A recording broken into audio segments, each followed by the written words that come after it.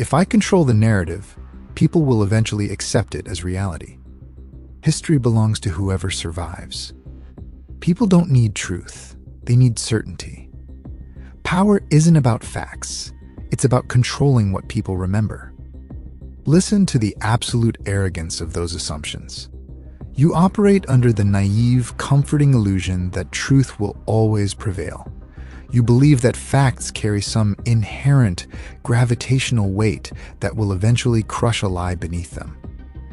They don't. In the brutal arena of human power, facts are completely defenseless against a well-engineered story. You think history is a record of what happened. It isn't. History is a record of what people were successfully convinced to remember. In politics, in business, in the smallest interactions of daily life, the narrative does not simply defeat the truth. It buries it, it replaces it, it becomes the new reality, and the old reality dies without a funeral. This delusion is dangerous precisely because it makes you passive. You wait for truth to win on its own schedule. You assume that if you present the facts clearly enough, if you line up the evidence neatly enough, people will eventually see what is real. But truth does not have a spine. Truth does not fight.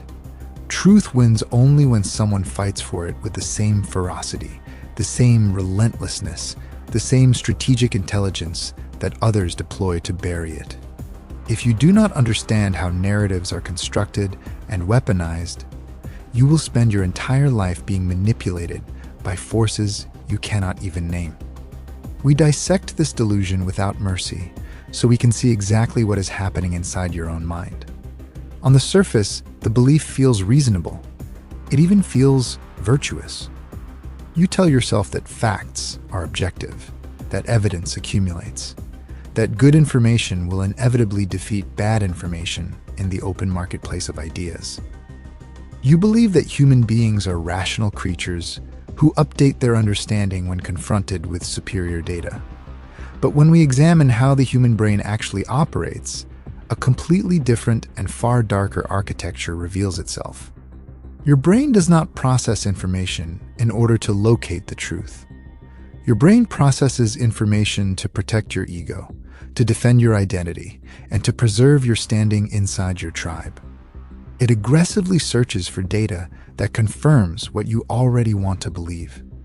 It systematically ignores, distorts, or rationalizes away any data that threatens the story you have already committed to. Psychologists call this confirmation bias. It is not a flaw that only affects unintelligent people. It affects every human being alive, regardless of education, regardless of intelligence, regardless of how certain they are that they are the exception. When confronted with conflicting evidence, your intellect does not behave like an impartial judge, weighing both sides with calm neutrality. It behaves like a defense attorney who already knows the verdict and is simply searching for arguments to justify it. This is motivated reasoning. Your mind reaches its conclusion first and constructs its logic second. The reasoning you produce is not the cause of your belief. It is the justification for a belief you already held before the reasoning began. If accepting a fact requires you to admit that you were fooled, or requires you to abandon your social group, or requires you to demolish a self-image you have spent years constructing, you will reject the fact every time. Without exception, humans will always choose the safety of the tribe and the comfort of the existing story over the cold accuracy of the data. This is not a malfunction. This is the precise mechanism that allowed our ancestors to survive inside complex social hierarchies for hundreds of thousands of years. The delusion is that you are above this. You are not. Nobody is. To see this psychological architecture weaponized at a national scale, we go to the late 20th century. We go to the Philippines. We examine the systematic and deliberate narrative engineering executed by Ferdinand Marcos, one of the most sophisticated campaigns of mass reality manipulation in modern history. When Marcos declared martial law in September 1972, He did not simply arrest his enemies. That was the crude instrument. The sophisticated instrument came immediately afterward. He shut down every privately owned media outlet in the country. Newspapers, television stations, radio broadcasts. He did not destroy them violently. He simply turned off the signal. He monopolized the broadcast. From that moment forward, every story that entered the Philippine consciousness passed through a filter that he controlled entirely. But Marcos understood something that cruder dictators missed. Censorship alone is not enough. Silence creates a vacuum, and vacuums invite dangerous imagination. You cannot simply remove the truth. You must replace it with a better fiction. So Marcos and his wife Imelda did not just suppress the narrative of abuse and corruption. They actively constructed a competing mythology.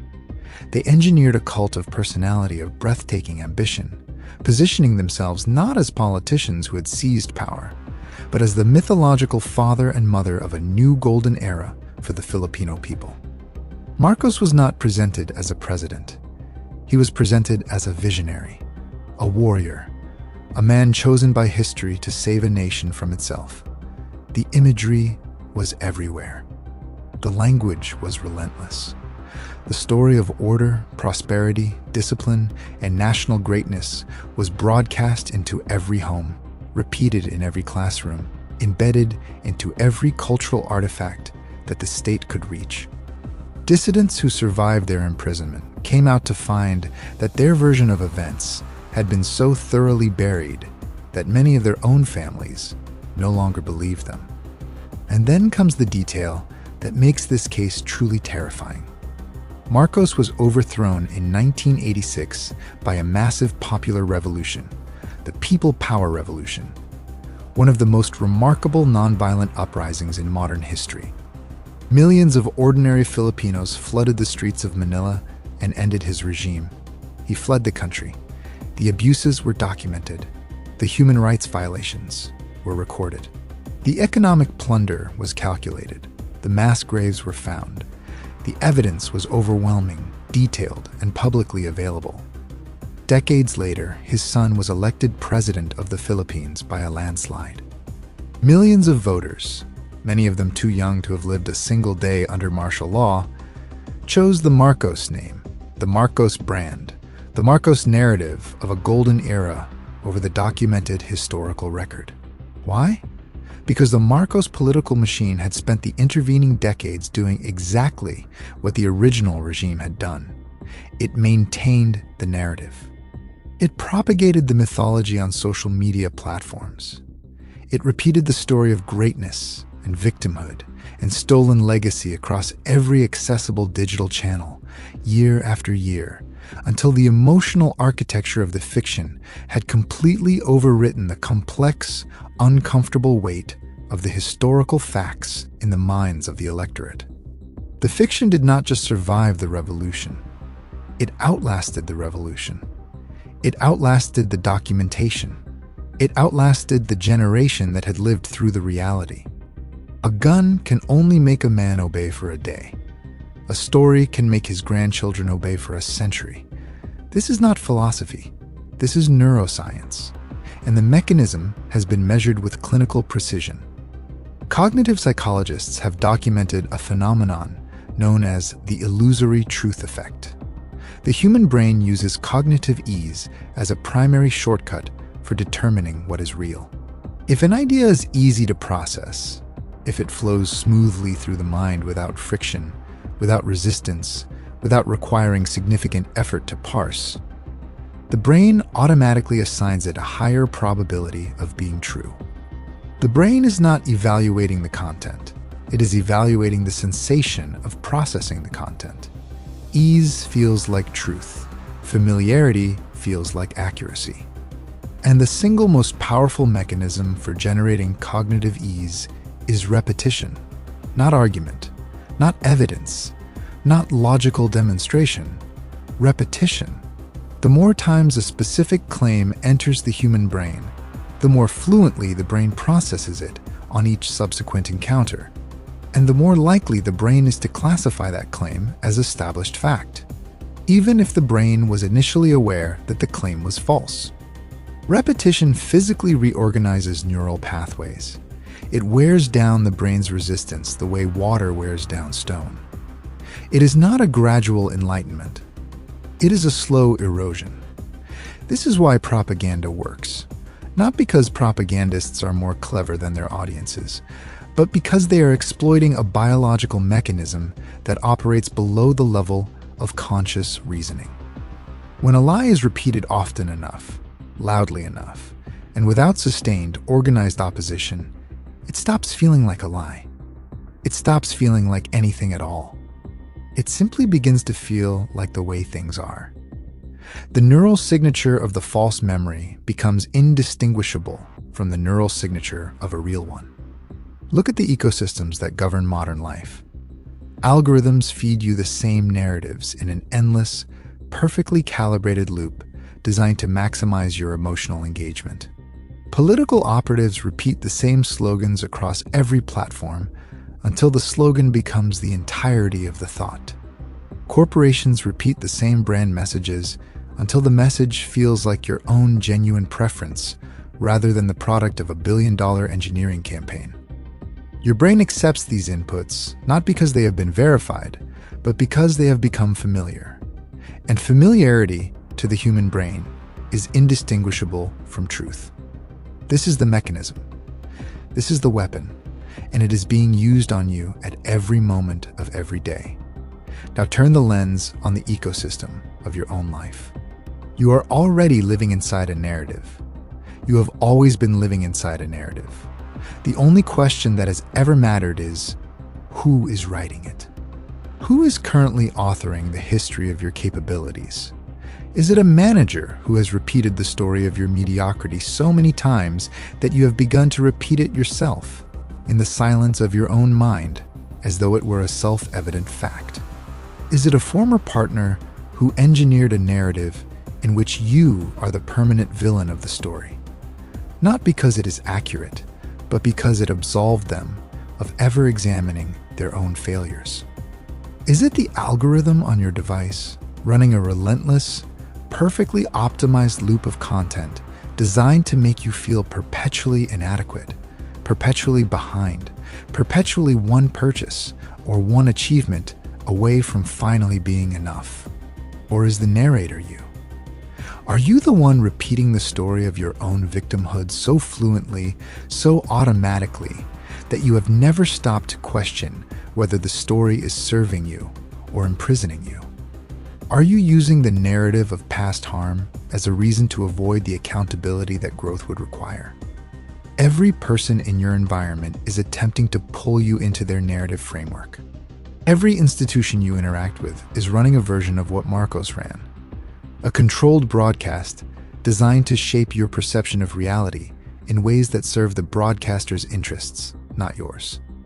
The boss who needs you compliant, the platform that needs you engaged, the political movement that needs you afraid, the social circle that needs you to confirm their shared story about the world. If you do not actively and aggressively audit the stories you are consuming, you will spend your entire life as a supporting character in someone else's fiction. You will make decisions based on a reality that was constructed for you by people who had absolutely no interest in your flourishing. The stories you carry about your worth, about your potential, about who is responsible for your current position, about what is possible for you from this moment forward. These stories determine your behavior more completely than any external fact does. They shape the choices you make before you are even aware you are making choices. They set the ceiling on what you will attempt. They define the floor of what you will tolerate. If you do not fight to author that narrative, someone else will write it, and they will not write it in your favor. They never do. Reality rarely defeats narrative. Narrative shapes reality. This is not cynicism. This is not an invitation to abandon truth or to manufacture convenient fictions for personal gain. This is a precise description of how human cognition actually operates, and ignoring it does not make you noble. It makes you vulnerable. Facts matter. Evidence matters. The documented record of what Marcos did to the Philippines matters. But humans do not act on facts. They act on what they believe the facts are. They act on the version of reality that has been most successfully repeated, most emotionally resonant, most fluently processed by their brains over the longest period of time. The person who controls what people believe controls what people do. Full stop. The law is brutal, and it does not negotiate. The person who controls the story controls the outcome. Facts presented once, clearly and honestly, against the narrative that has been repeated 10,000 times, will lose. The truth does not win by existing. The truth wins only when someone fights for it with the same discipline, the same strategic patience, the same relentless repetition that the architects of the lie deployed to bury it. If you refuse to engage in that fight, if you wait for the truth to win on its own moral authority, you will watch the lie inherit everything.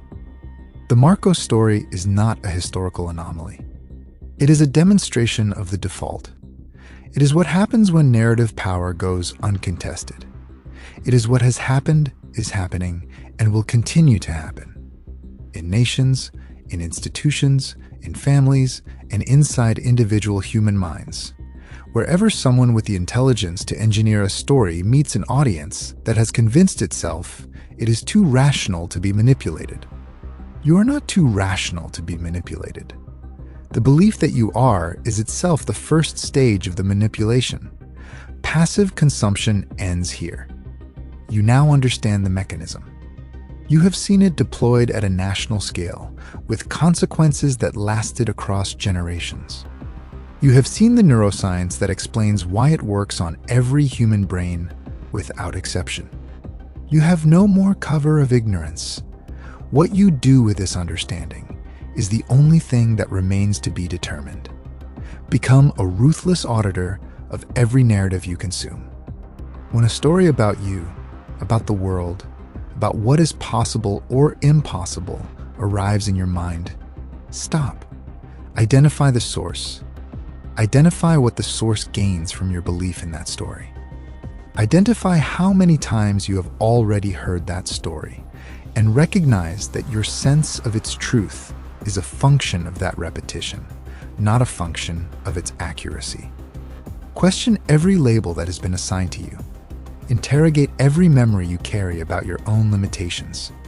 Every convenient narrative that positions someone else as your inevitable savior or your permanent obstacle.